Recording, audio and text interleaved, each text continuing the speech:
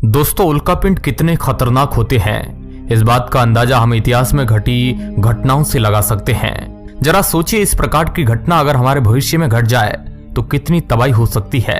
इस बात को लेकर अमेरिका के एक चर्चित वैज्ञानिक बिल नये ने राष्ट्रपति जो बाइडेन को चेतावनी दी है कि वह एस्टेरॉयड के खतरे को बेहद गंभीरता से ले।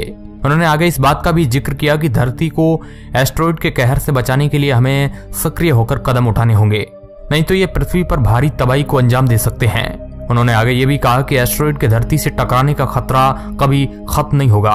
धरती के इतिहास के पन्नों में कई ऐसी घटनाएं दर्ज है जिन्होंने पृथ्वी पर जीवन को तबाह करने में कोई कसर नहीं छोड़ी थी।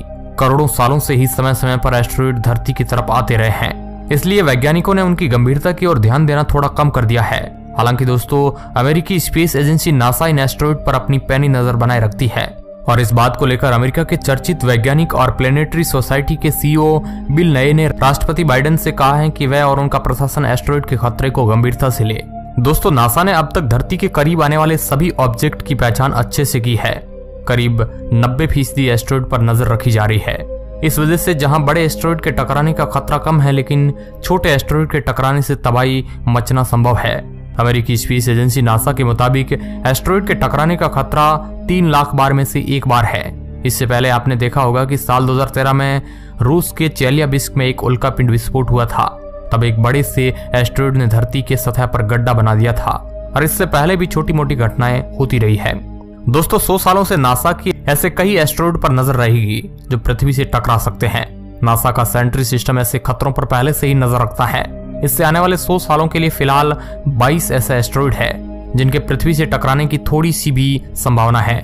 इस लिस्ट में सबसे पहला और सबसे बड़ा एस्टेरॉयड 29075 जो 2880 तक नहीं आने वाला है।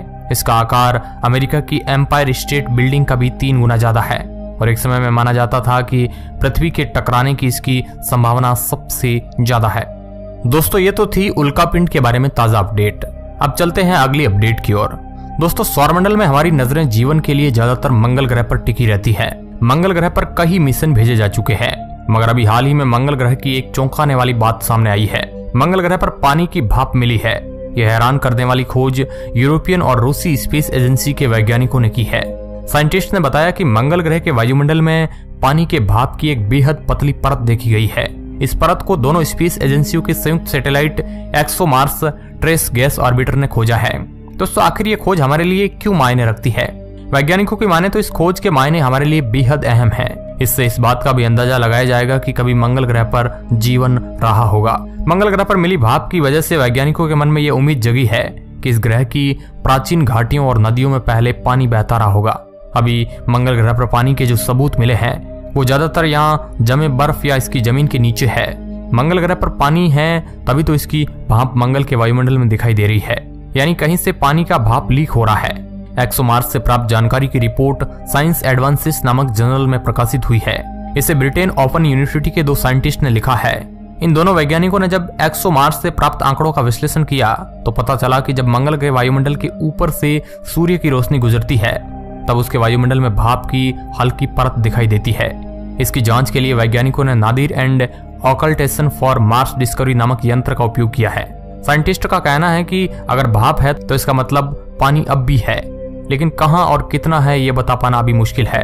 पानी की मौजूदगी ये बात स्पष्ट करती है कि मंगल ग्रह पर कभी न कभी जीवन का अस्तित्व जरूर रहा होगा। वैज्ञानिकों ने बताया कि मंगल ग्रह के वायुमंडल में हाइड्रोजन और ड्यूटेरियम का एक अनुपात मौजूद है, यानी इतिहास में इस ग्रह पर पानी जरूर रहा होगा। Deuterium semi heavy water molecule है। सूरज की रोशनी पड़ने पर मंगल ग्रह के वायुमंडल में पानी के भाप की हल्की परत उठती है और उसके बाद अंतरिक्ष में गायब हो जाती है।